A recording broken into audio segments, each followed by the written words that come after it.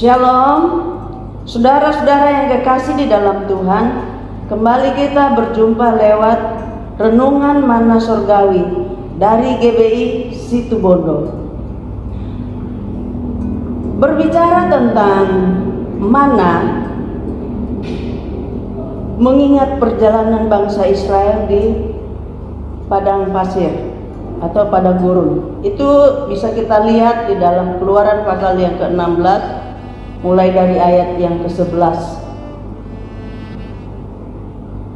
Saudara yang dikasihi oleh Tuhan, demikian juga keadaan kita pada saat-saat sekarang ini melalui situasi dan kondisi bangsa kita, bahkan bukan hanya bangsa kita tapi dunia, seluruh dunia mengalami hal yang sama. Dan untuk itu kita membutuhkan suatu kekuatan daripada Tuhan, yaitu melalui firman Tuhan. Saat ini kita akan melihat kebenaran firman Tuhan yang saya ambil di dalam surat Filipi pasal yang kedua, ayat yang ke-12 sampai dengan ayat yang ke-16. Tetaplah, kerjakanlah keselamatanmu, hai saudara-saudaraku yang kekasih, kamu senantiasa taat. Karena itu tetaplah kerjakan keselamatanmu dengan takut dan gentar, bukan saja seperti waktu aku masih hadir, tetapi lebih pula sekarang waktu aku tidak hadir. Karena Allah yang mengajarkan di dalam kamu baik kemauan maupun pekerjaan menurut kerelaannya, lakukanlah segala sesuatu dengan tidak bersungut-sungut dan berbantah-bantah, supaya kamu tidak beraib dan tidak bernoda sebagai anak-anak Allah, tidak bercerah di tengah-tengah angkatan yang bengkok hatinya dan yang sesat ini, sehingga kamu bercahaya di antara mereka seperti bintang-bintang di dunia, sambil berpegang kepada firman kehidupan, agar aku dapat bermegah pada hari Kristus, bahwa aku tidak percuma berlomba dan tidak percuma berusaha susah-susah. Demikian firman Tuhan. Judul firman Tuhan pada saat ini adalah tetaplah, kerjakanlah keselamatanmu.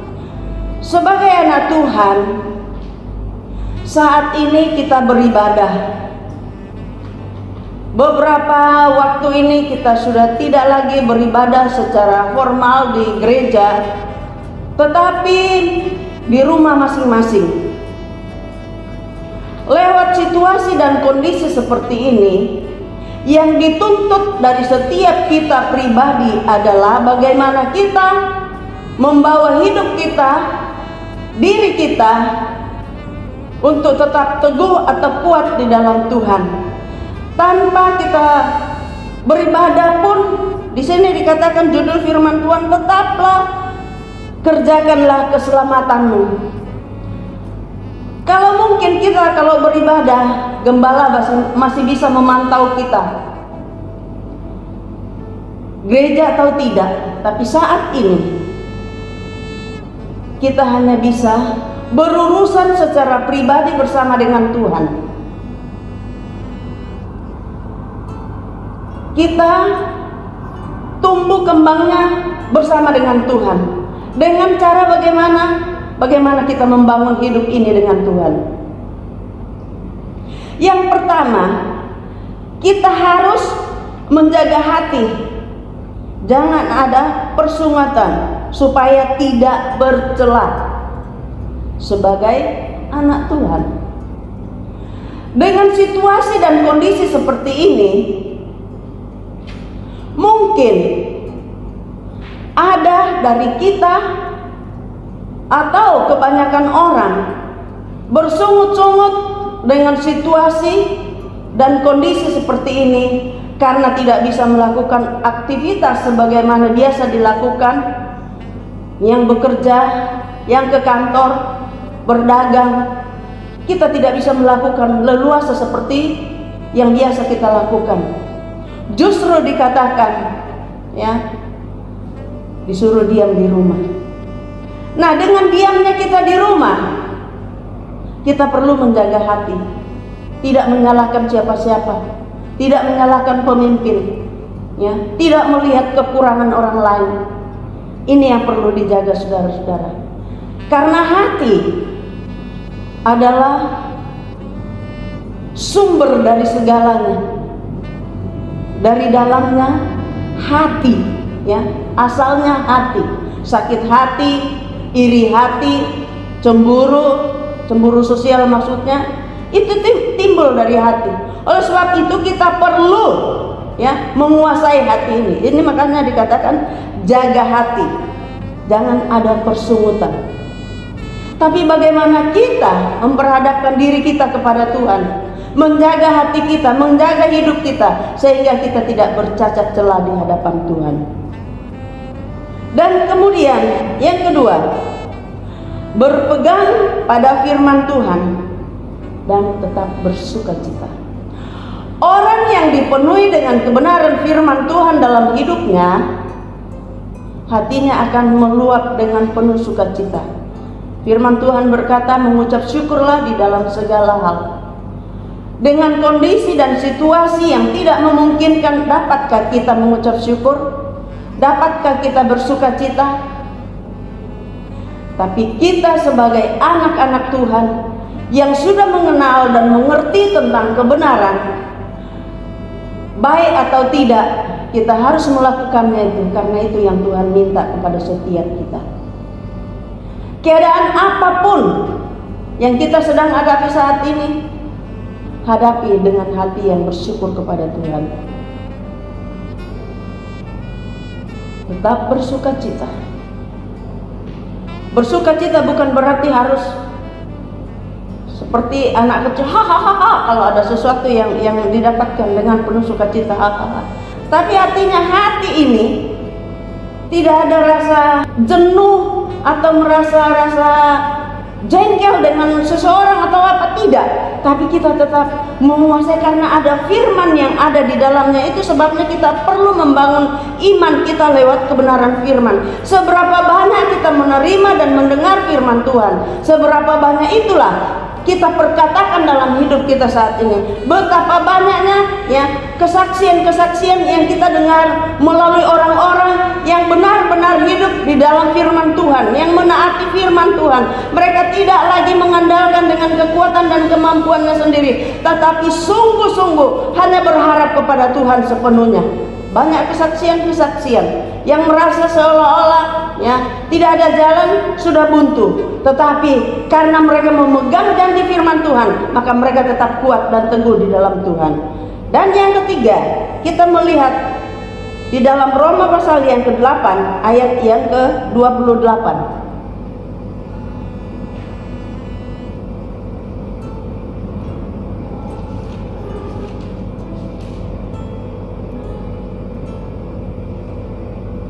Kitab Roma pasal yang ke-8 ayat yang ke-28, demikian firman Tuhan.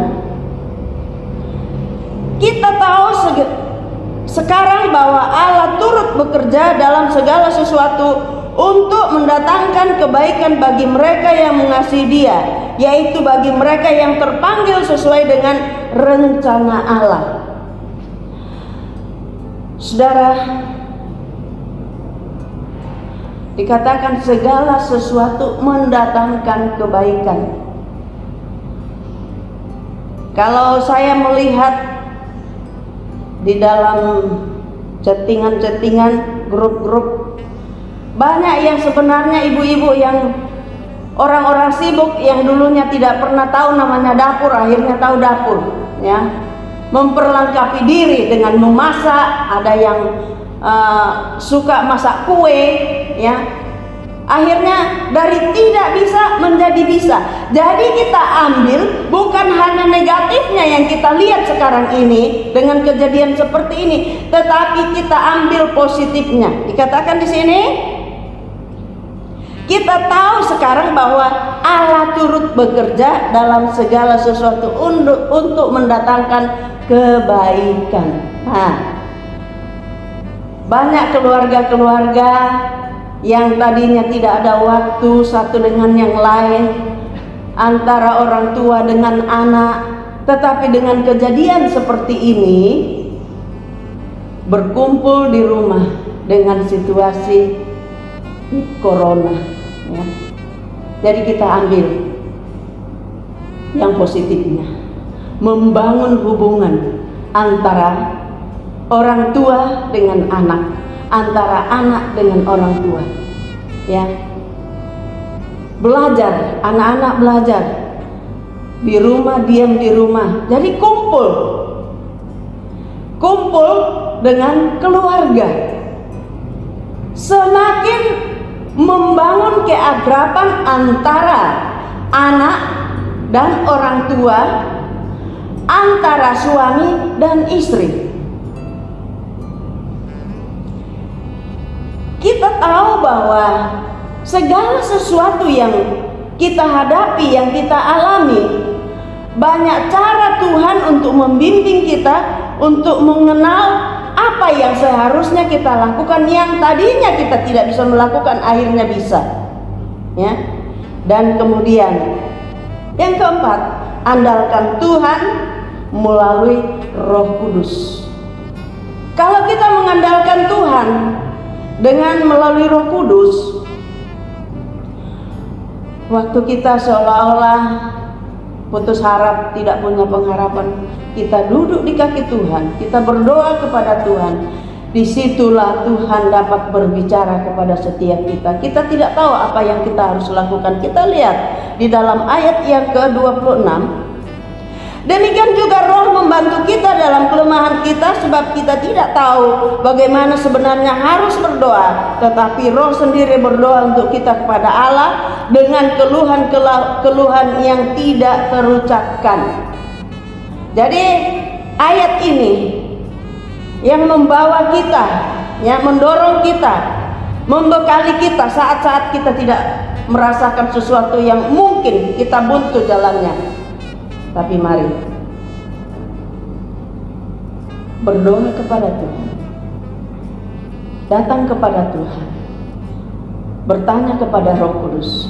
Roh Kudus sanggup membimbing dan memimpin, memberikan arahan kepada setiap kita. Amin. Bapa kami di surga, Bapa, di dalam nama Tuhan Yesus Kristus, saat ini Tuhan, hamba-Mu selesai berbicara. Mohon Roh Kudus-Mu Tuhan meteraikan firman yang kami sudah terima, yang kami sudah dengar, agar firman ini Tuhan membimbing kami, mengajar kami, agar bagaimana seharusnya kami harus melakukan hidup kami di dalam menghadapi situasi dan kondisi saat ini. Bapa, kami ada bersama dengan Engkau. Kami percaya bahwa Engkau tidak pernah meninggalkan kami.